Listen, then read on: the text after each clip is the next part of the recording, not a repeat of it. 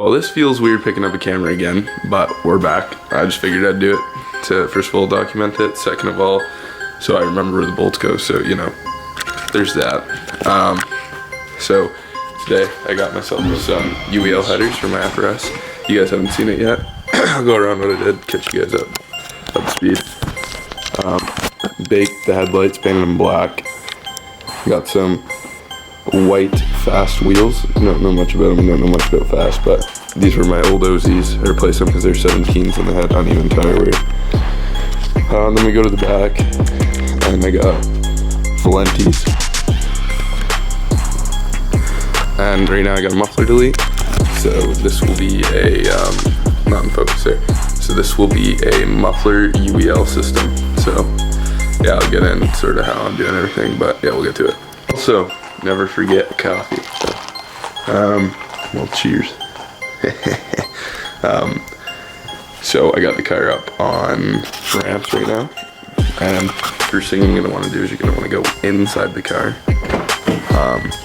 and pop your trunk lever. If you do not know where that is right here by the clutch pedal. If you guys have a clutch pedal, I don't know if you guys like that stuff or not. And then yeah, I'll show you next. We'll drive, so she's still a little bit hot, which probably wasn't smart, but went to my other house to look for an impact. Anyways, couldn't find it. So what you're gonna want to do is you're gonna want to connect this sensor that goes in here, that connects your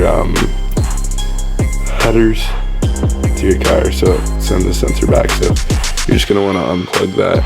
I just got the sensors disconnected. You just want to disconnect those two. They are kind of a pain. They just push on these back levers here.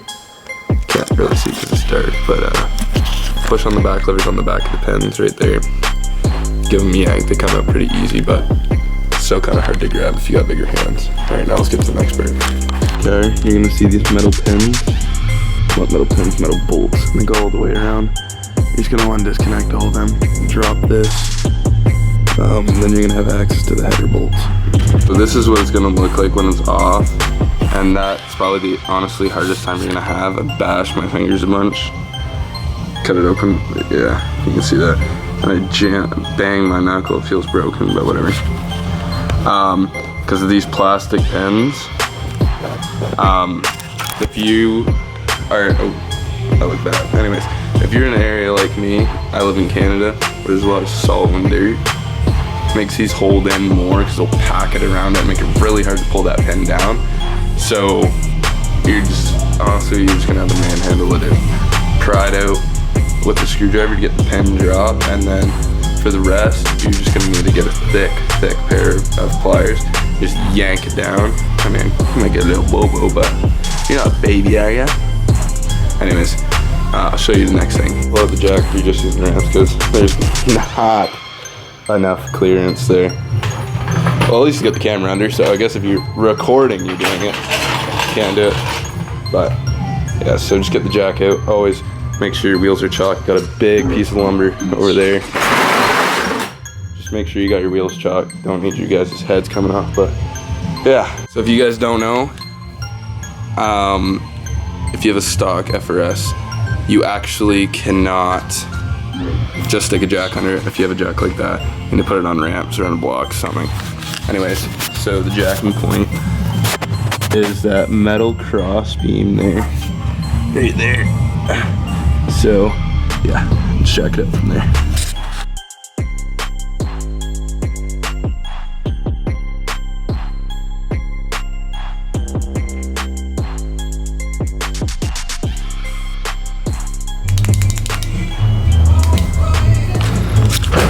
Alright, so the next step is you find, let's see, anyways, so you find where these bolts are right there,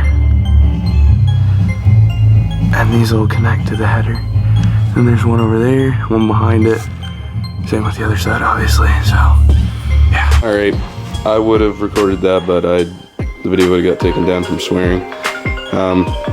Hold on, let me take this phone call. It was all rusted up and seized up, and I broke it loose with some WD-40, but yeah, no, I just on the neck. Alright, you're definitely not supposed to do this, but I'm just telling you in case you got to, because I actually got these for steel. I'll tell you the backstory. My guy needed money. He sold me these for 175 Canadian.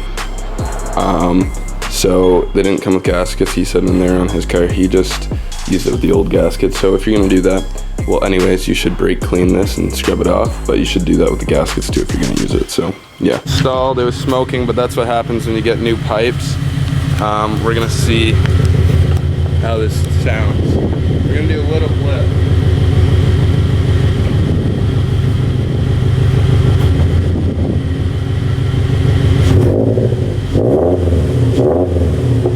You see dirty mesh now.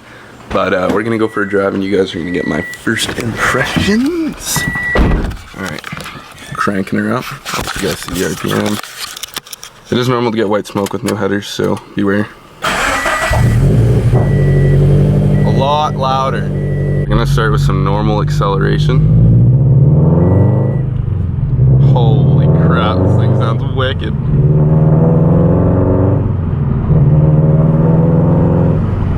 I love it. It's like the stock muffler delete at low RPM where you can really hear the boxer. It's a really, really good sound, really crisp. I'll go out to a road where I can tramp on it, but I'll get back to you then. One thing that I noticed right away was it seems like there's a little bit more power. Can't really see me, sorry about that, but yeah, one thing I noticed is there's a little bit more power. Feels good. And then we'll get down to the downshifts. They sound fucking nuts.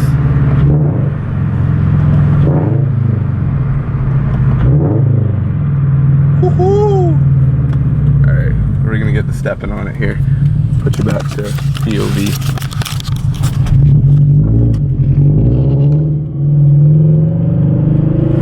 Alright, here we go. So much more power.